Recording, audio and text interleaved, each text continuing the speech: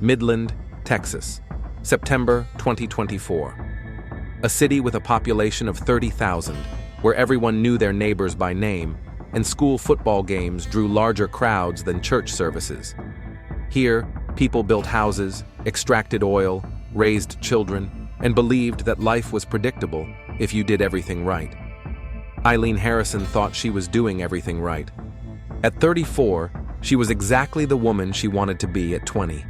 Married, with a career as an English teacher at the local high school, and a house in a quiet neighborhood.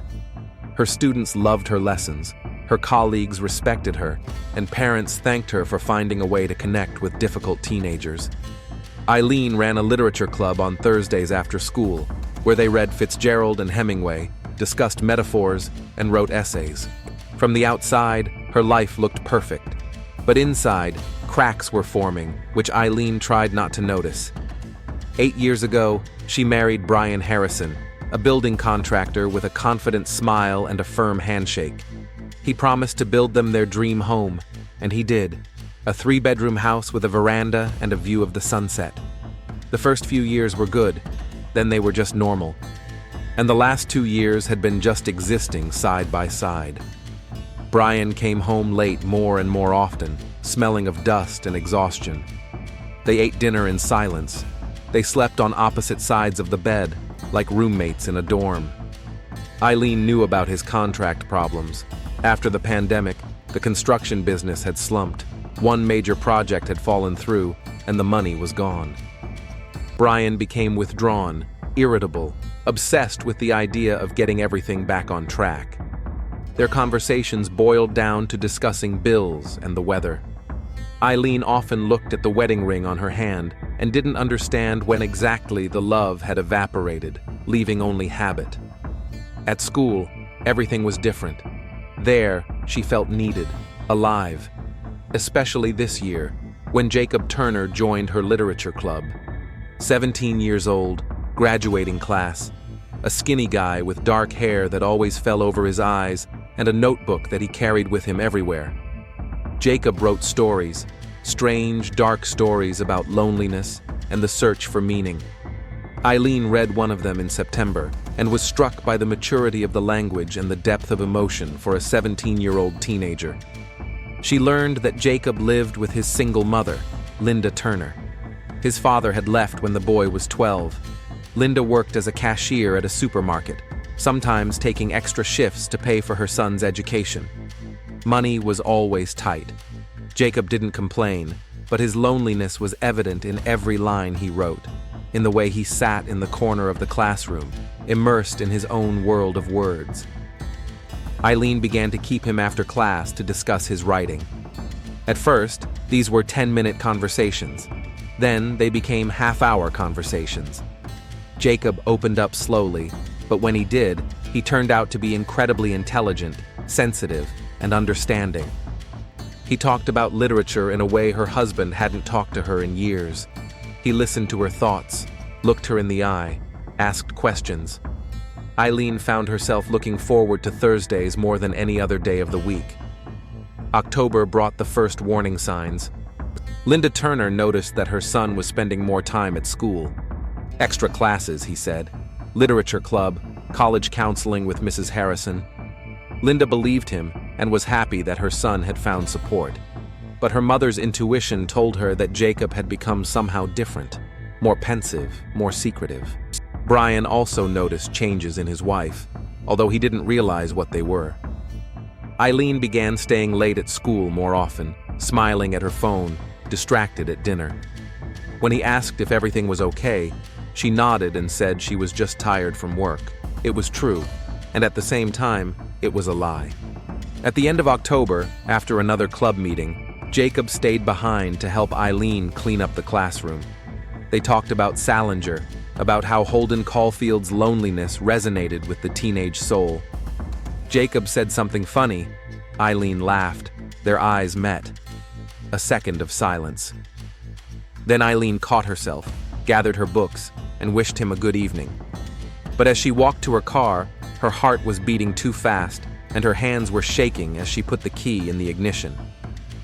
At home, Brian was sitting in front of his laptop, studying financial reports. He didn't even look up when she came in. That night, Eileen couldn't sleep, staring at the ceiling and realizing that she was on the verge of something dangerous and irreversible. November brought cold winds and short days to Midland. Eileen crossed the line on Friday evening after a school event dedicated to Thanksgiving. The Literature Club was hosting a poetry night. Jacob read his poems, dark lines about emptiness and the search for someone who understands. He read while looking directly at Eileen, and she knew those words were meant for her. After the event, the two of them stayed behind to clean up the auditorium. The other students had left, and the school was empty. They worked in silence, stacking chairs. Then Jacob stopped next to her and said quietly, "Thank you for seeing me." Eileen turned around, and the distance between them was too small. She had to step back. Instead, he kissed her, awkwardly, youthfully, desperately. A second later, she pulled away, pressing her hand to her mouth, her eyes wide with horror at what had just happened. She had to stop this right now, to say that it was a mistake, that it couldn't be done, that she was a teacher and he was a student. But instead, Eileen just stood there, looking at the 17-year-old boy, who looked at her in a way her husband hadn't looked at her in years. She left without saying a word. All the way home, her hands shook on the steering wheel. She avoided Jacob for the next week. She canceled the Literature Club meeting under the pretext of illness. But on Monday, he came up to her desk after class, when the classroom was empty, and placed a folded piece of paper on the table. Eileen unfolded it when she got home. It read, "I have no regrets. I'm sorry if I ruined everything, but I don't regret it." December blurred the last boundaries. They started meeting after class in an empty history classroom on the 3rd floor, where no one ever went. At first, they just talked. Jacob talked about his mother, who worked herself to exhaustion, and his father, who left and never called. About how he felt invisible in the school hallways, how literature was the only place he could breathe. Eileen talked about her marriage, which had turned into a quiet coexistence. About her husband, who saw her as nothing more than part of the interior of his own home. About how she had forgotten what it was like to have someone really listen to her. They kissed in that empty office, among dusty maps and stacks of old textbooks. Eileen knew that each time could be the last, that someone could walk in, that it was crazy, but she couldn't stop. One day in mid-December, when Brian had gone to a construction site in a neighboring town and wasn't due back until evening, Eileen invited Jacob to her house. He came after school, nervous and quiet. They sat in the kitchen, drank coffee, talked about Kerouac and the Beats. Then they went upstairs. Eileen justified herself by saying that her marriage was already dead, that Brian had distanced himself, that she had a right to happiness, to feel alive. Jacob had only 1 semester left before he turned 18, before graduation. That's almost nothing. It doesn't count. She knew she was lying to herself.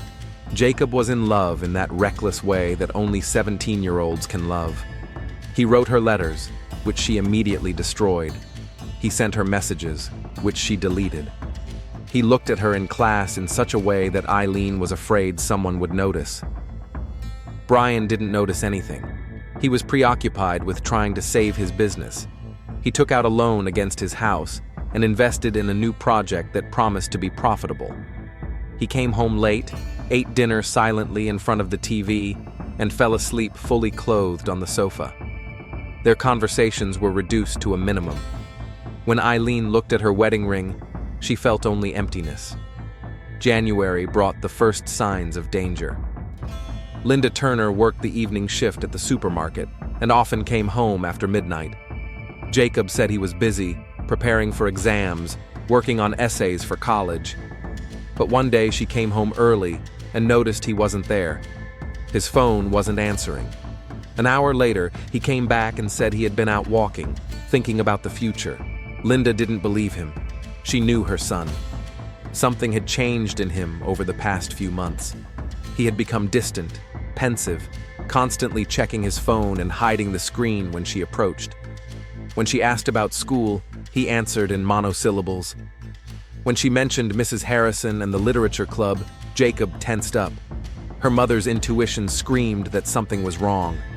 At the end of January, Linda was driving home after her day shift when she saw a familiar gray Toyota in the empty parking lot near the old movie theater. It was Mrs. Harrison's car. Linda slowed down. There were two people in the car, Eileen behind the wheel and Jacob in the passenger seat. They were sitting close, too close. Jacob was saying something. Eileen was nodding. Then she reached out and touched his face. Linda froze, unable to believe her eyes. Then, acting on autopilot, she took out her phone and snapped a few photos. The cars were far away, so the pictures were blurry, but she could see enough. She drove away before they noticed her. At home, Linda shook with rage and fear. Her 17-year-old son and his teacher, a married woman in her 30s. It was impossible. It was perverse, criminal, the destruction of her boy's future.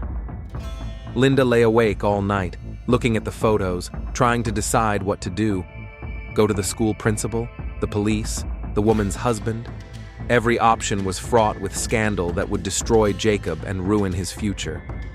She decided to wait, watch, and gather more evidence. February was cold and unsettling. Eileen and Jacob continued to meet, becoming increasingly careless. She didn't notice the walls that were supposed to protect them crumbling. Brian still didn't notice anything, obsessed with saving his business, which continued to go under. And Linda Turner watched, collected photos, and recorded the dates and times when her son came home late. And with each passing day, her determination to act grew stronger. Disaster was approaching, inevitable, like a Texas storm on the horizon. March brought a revelation that changed everything. Eileen woke up on Saturday morning with nausea that had been coming in waves for the third day in a row. Brian left for the construction site early, without even saying goodbye. She lay in the empty bedroom, staring at the ceiling, and suddenly realized that she was almost 2 weeks late. Impossible. She and Brian hadn't been intimate for 4 months. Since November, their marriage had turned into two strangers living under the same roof. The last time they shared a bed was in October, and even then it was out of habit, without desire, almost mechanically. Eileen got up, got dressed, and drove to a pharmacy in a neighboring town where no one knew her. She bought 3 different brands of pregnancy tests. At home, she locked herself in the bathroom. 3 tests, 3 positive results. She sat on the cold tile floor, clutching the tests in her hands, and the world around her collapsed. Pregnant.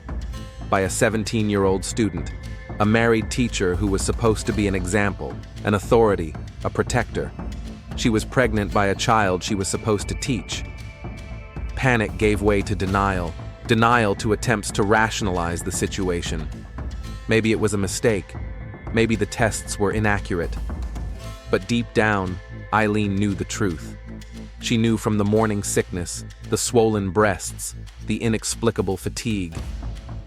On Sunday, she met Jacob at their usual spot, an abandoned parking lot at an old factory on the outskirts of town. She told him in the car, and he turned pale, staring at her with wide eyes. "What are we going to do?" His voice trembled. Eileen didn't know the answer.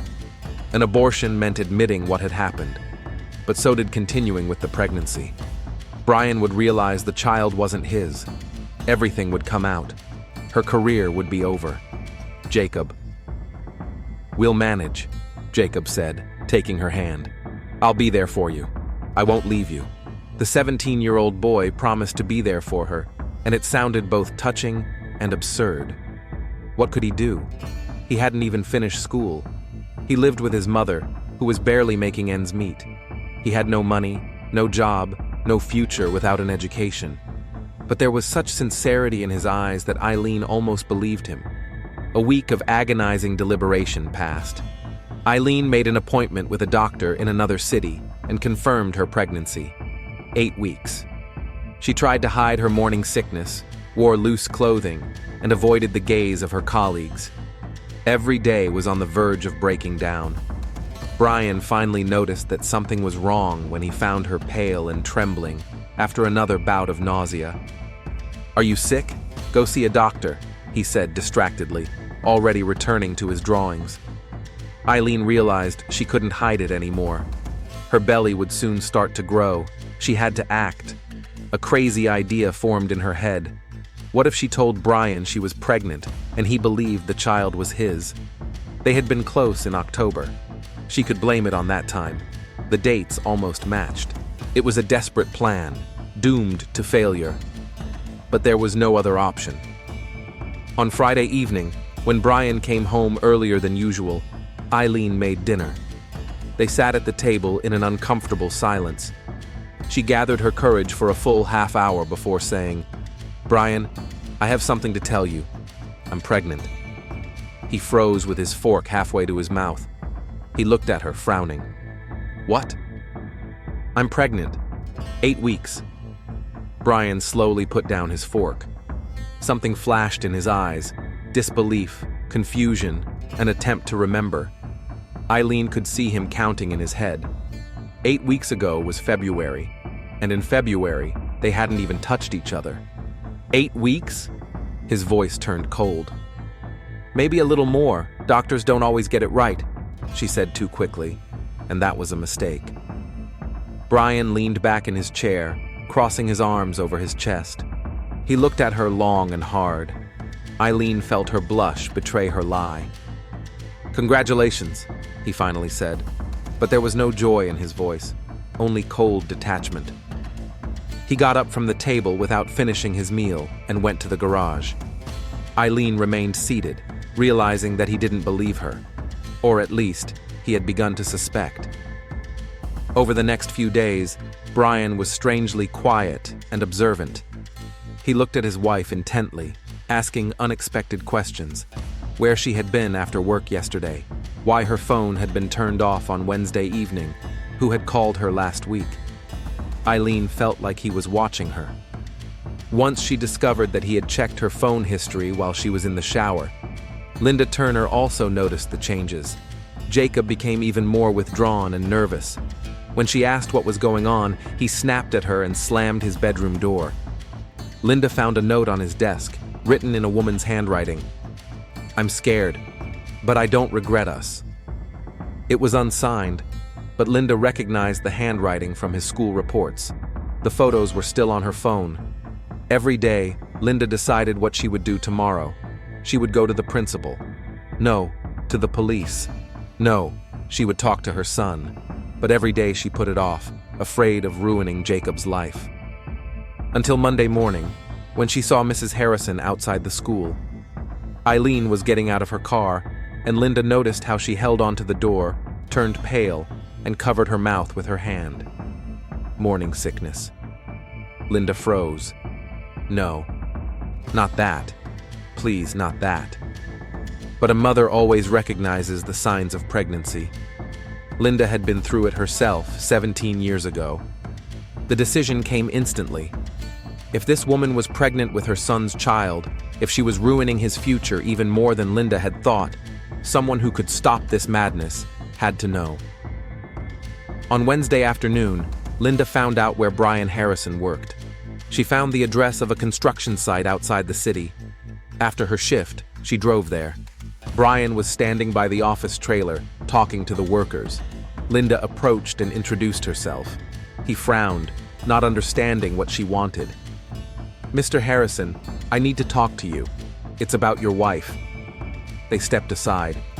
Linda took out her phone and showed him the photos. Her hands were shaking. Brian stared silently at the screen, where his wife and a 17-year-old boy were sitting too close together in a car. "That's my son, Jacob," Linda said. "He's 17. He's her student. This has been going on for months, and I think she's pregnant." Brian didn't move. His face was stony, but Linda could see the muscles in his jaw twitching and his knuckles turning white. "Thanks for letting me know," he said in an even voice. "I'll take care of it." Linda left with a heavy heart. She had done the right thing. She had protected her son. Brian Harrison would end the relationship, divorce his wife, and Jacob would be free from the manipulation of an adult woman. She couldn't have known that she had just set in motion an irreversible chain of events. Brian stood on the empty construction site, clutching his phone, and something inside him broke completely. Wednesday, March 19th, 7:47 p.m. The Harrisons' house on Maple Street was plunged into the evening darkness. Eileen arrived home at 7:30, tired after the parent-teacher conference at school. Brian's car was in the driveway. He had returned earlier than usual. Strange. Usually on Wednesdays, he stayed at the construction site until 9.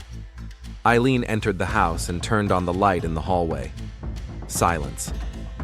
Brian didn't come out to meet her, didn't respond. "Brian?" she called, taking off her coat. He appeared in the kitchen doorway. His face was expressionless, his hands in his jeans pockets. He looked at her long and hard. "We need to talk," he said in an even voice. "In the kitchen." Something in his tone made Eileen freeze. She slowly followed him, her heart pounding. The phone was lying on the kitchen table, its screen glowing. Photos. Her and Jacob in the car, her hand on his face, too close, too intimate. Eileen felt her world collapse. "Brian, I can explain." 8 weeks pregnant, he interrupted, his voice hardening. "We haven't slept together since October, 5 months ago, but you're 8 weeks pregnant." The silence stretched on forever. "From him?" Brian nodded at the photo. "From a 17-year-old boy? From your student?" Eileen opened her mouth, but no words came out. Denial was pointless. The evidence lay between them. "You ruined everything." His voice trembled with rage he could no longer contain. 8 years of marriage, my home, my life, for a child. "Brian, I'm sorry, I didn't mean to." "Shut up!" The neighbors on Maple Street were used to quiet evenings. Mrs. Collins from number 42 was watching television. Mr. Evans was walking his dog. No one heard the screams coming from the Harrisons' house. The walls were thick, the windows closed. At 8:14 p.m., all the lights in the house went out. At 8:30 p.m., Brian Harrison left the house through the back door, got in his car, and drove away. He drove carefully, keeping to the speed limit. His face was calm, his hands did not shake on the steering wheel. 20 minutes to the Roadhouse Bar on Highway 80, a roadside bar frequented by construction workers and truckers. Brian parked and went inside. The bartender, an elderly man named Carl, nodded to him, a regular. "The usual?" "Double whiskey. Tough day." Brian sat down at the bar, drank slowly, and ordered a second. He talked to Carl about construction contracts and rising material prices. He shared that he had quarreled with his wife and needed time to cool off. Carl nodded sympathetically. Brian spent almost 3 hours at the bar, paid in cash, and left a generous tip. At 11:25 p.m., he returned home. The call to 911 came in at 11:31 p.m. 911, how can I help you? "My wife, oh God, help me please," said a man's voice, choking, on the verge of hysteria. "Sir, calm down. Give me your address." 387. Maple Street. "I just got home, the door is open, everything is broken, and she's not breathing. Oh my God, help." "Sir, check her pulse. Does she have a pulse?" Pause. The sound of sobbing. "No, no pulse. She's dead. Someone killed my wife." "Don't touch anything. The police and ambulance are already on their way." Detective Sarah Morales arrived at the scene 20 minutes after the call. 42 years on the Midland police force had taught her a lot, but murders were rare in their quiet town. The last one had been 3 years ago, a drunken brawl that ended in a stabbing. The house on Maple Street was cordoned off. Patrol cars with flashing lights, curious neighbors behind yellow tape. Morales went inside. The living room, overturned chairs, scattered pillows, a knocked-over vase. The window was ajar, the curtain fluttering in the night wind. Signs of a break-in, a struggle. In the kitchen, on the cold tile floor, lay Eileen Harrison, 34 years old, a teacher at the local school. Dead. Strangulation marks on her neck, her face blue, her eyes open and glassy. Brian Harrison sat on the steps of the porch, his head in his hands. His shirt was wrinkled, his hair tousled, his face wet with tears. An officer stood nearby, trying to calm him down. Morales approached and crouched down in front of him. "Mr. Harrison, I'm Detective Morales. I'm very sorry for your loss, but I need to ask you a few questions." Brian looked up at her with red, swollen eyes and nodded. "Where were you tonight?"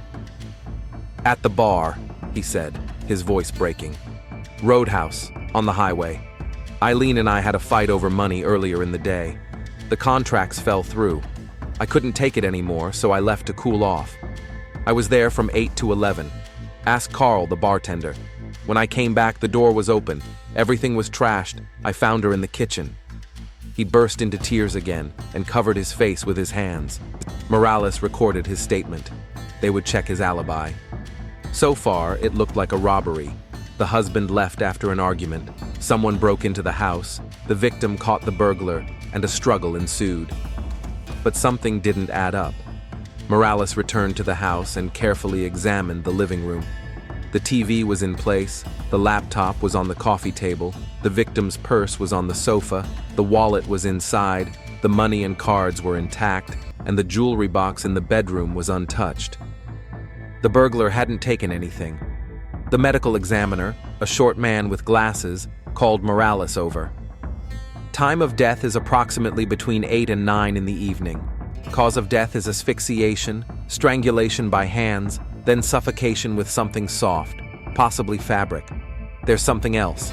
The victim is pregnant, about 8 to 9 weeks along." Morales frowned. A pregnant woman, killed in her own home. Nothing stolen. Her husband was in tears and had an alibi. By 7 in the morning, the police had gathered the initial evidence. Eileen Harrison's calls over the last few weeks, messages, emails. One number came up particularly often, the number of Jacob Turner, a student at her school. At 8 in the morning, a patrol car arrived at the Turner's house. Jacob had been up all night. Eileen hadn't responded to his messages since 9 o'clock that evening, and her phone was turned off. He texted and called again and again, but all he got was a busy signal. His fear grew with every passing hour. When the police knocked on the door, he opened it, pale and frightened. "Jacob Turner, we need you to come with us, to give a statement." "What happened? Is this about Mrs. Harrison?" The officers exchanged glances. "We'll talk at the station." In the interrogation room, Detective Morales sat across from a 17-year-old boy who was shaking and couldn't believe the words he had just heard. "Eileen's dead? No, that's impossible." "Jacob, when was the last time you saw Mrs. Harrison?" "We met yesterday after school." "Met?" Jacob covered his face with his hands, his shoulders shaking. Then, through his tears, he began to speak. About their relationship, about the pregnancy, about how they loved each other, about how he didn't kill her, would never kill her. Morales listened, took notes. The picture was coming together. A teacher, pregnant by an underage student. A forbidden relationship. Despair. A 17-year-old boy who might have been afraid of the consequences. "Where were you last night from 8 to 11? "At home, with my mom. She worked until 10, but I was home." A weak alibi. The mother could be covering for her son. Morales left the interrogation room with a heavy heart. A husband with an alibi at a bar. A student lover with a pregnancy and a weak alibi. A house that looked like it had been burglarized but with nothing stolen. Something wasn't right here, but she didn't yet understand what it was. For the first 3 days of the investigation, all the evidence pointed to Jacob Turner. A 17-year-old boy, a forbidden relationship, pregnancy, the perfect motive. Perhaps Eileen wanted to end the relationship and threatened to tell everyone. Jacob could have been afraid of the consequences and acted impulsively. His alibi was weak. His mother confirmed that he was at home, but Linda worked until 10 o'clock in the evening. Jacob had enough time to get to the Harrisons' house, commit the crime, and return. But Detective Morales felt that something didn't add up. Jacob cried during every interrogation. His phone showed 27 unanswered messages from Eileen, sent between 9 p.m. and midnight. The last one, "Please answer. I'm scared." If he killed her at 8 p.m., why did he continue texting a dead woman for hours? The psychological profile didn't add up. Jacob was a boy in love, not a cold-blooded killer. Morales returned to the crime scene on the fourth day. She stood in the Harrisons' living room, examining the slightly open window. The forensic team found no signs of forced entry from the outside. The lock was intact. The glass was whole. The window had been opened from the inside. Someone wanted to create the illusion of an outside intrusion. The overturned furniture and scattered pillows all looked too theatrical. A professional burglar works quickly and quietly. This was a hasty and clumsy staging. Morales checked Brian Harrison's testimony.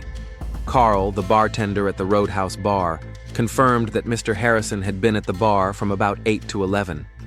They talked about work and his quarrel with his wife.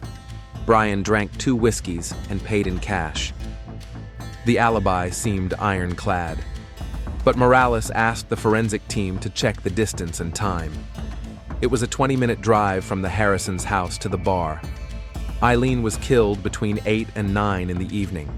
Brian could have left home at 7:45, committed the murder before 8:15, and been at the bar by 8:30.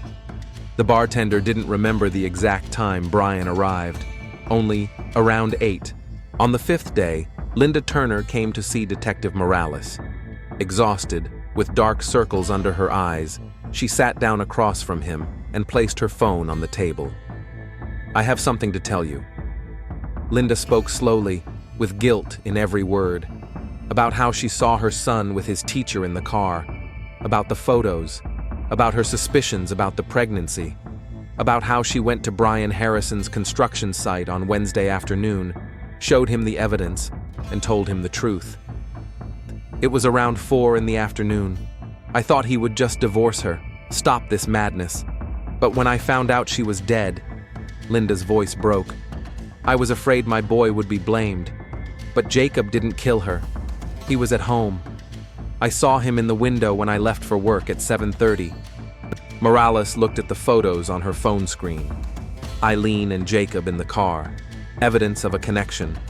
The very evidence Linda had shown Brian a few hours before the murder. Everything had changed. Brian Harrison had learned of his wife's pregnancy by her teenage lover on Wednesday afternoon. He had a motive. He had the time. He had the desire to cover it all up. Morales obtained a search warrant for Brian's home and work trailer. Forensic investigators combed through every inch. In the fireplace at home, they found the remains of burned photographs, fragments of glossy paper, one of which showed a face. Forensic analysis showed that these were the same photographs that were on Linda Turner's phone. Brian destroyed the evidence that linked him to the affair. Work gloves with microscopic fibers matching the fabric of a kitchen towel from the victim's home were found in the trailer at the construction site. Brian was smart, but he wasn't perfect. A voice analysis expert listened to the 911 call recording. The conclusion was cautious but telling. The emotions sounded excessively dramatic, possibly feigned. Brian cried on the phone, but the analysis showed patterns of controlled breathing characteristic of conscious imitation. 11 days after the murder, Brian Harrison was arrested at his home early in the morning. Detective Morales read him his rights. Brian remained silent, his face stony. In the interrogation room, he denied everything for 12 hours straight. He demanded a lawyer, repeated his alibi, insisted on his innocence. But when Morales laid out the photos from the fireplace, the fiber analysis, Linda Turner's testimony about the Wednesday meeting, something inside him broke. "She ruined everything," he said quietly, staring at the table. 8 years of marriage, my home, my dignity, for a 17-year-old boy. I just wanted her to confess, to tell the truth. But she stood there in front of me, pregnant with his child, and said she had no regrets. The confession was recorded on camera. Brian recounted how he strangled his wife in the kitchen at 8 p.m., how he staged a robbery, how he went to a bar to create an alibi, how he returned and played the part of a grieving husband. I didn't plan to kill her, but when she said it, when she confessed, I couldn't breathe. I couldn't think. I just did it. The trial began in June. The charge was second-degree murder, a crime committed in the heat of passion. The defense tried to use temporary insanity and emotional trauma from infidelity. But the evidence of staging, destroying evidence, and creating an alibi pointed to conscious actions after the murder. Linda Turner testified, sobbing in the courtroom. Jacob sat next to his mother, pale and gaunt. He was recognized as a victim, a minor involved in an adult relationship. No charges were brought against him. Detective Morales described the investigation, the evidence, the confession. Brian sat with his head down, not looking at the jury. The verdict was announced after 3 days of deliberation. Guilty of second-degree murder. Sentence: 30 years in prison without the possibility of parole for the first 20 years. Brian Harrison did not say a word as he was led out of the courtroom. Linda and Jacob Turner moved to Austin a month after the trial, to start over in a city where no one knew their story. Jacob enrolled in college, but he attended classes silently, sat in the back rows, and didn't talk to anyone. The psychologist told Linda that the trauma would remain forever. Perhaps it would get easier with time. Linda worked at a local store. She lay awake at night, replaying the day she went to see Brian Harrison in her head. If only she hadn't shown him the photos. If only she had just talked to her son. If only doesn't bring the dead back to life. Detective Sarah Morales returned to her usual work. Petty thefts, domestic disputes, missing teenagers. The Harrison case became legendary in the department, an example of how a thorough investigation can uncover even the most elaborate cover-up. Morales sometimes thought about how easy it was for a person to wear the mask of a grieving victim, deceiving everyone around them. Midland remembered this story for a long time. People whispered about it in supermarkets, discussed it in church, and used it as a cautionary tale. The story of a teacher who crossed the line, about a husband who couldn't forgive betrayal, about a 17-year-old boy whose life was destroyed before it began. The house at 387 Maple Street stood empty. The for sale sign had been up for 6 months, but no one wanted to buy a house where a murder had taken place. The neighbors avoided it, and the windows were boarded up. In the maximum security prison in Huntsville, Brian Harrison sat in his cell and stared at the wall. 30 years. He would be an old man when he got out, if he lived that long. Sometimes when he closed his eyes, he saw Eileen's face. Not as it was in her last moments, frightened and blue, but as it was 8 years ago, on their wedding day, happy and full of hope for a future that never came. The price of silence turned out to be too high, but everyone paid the price.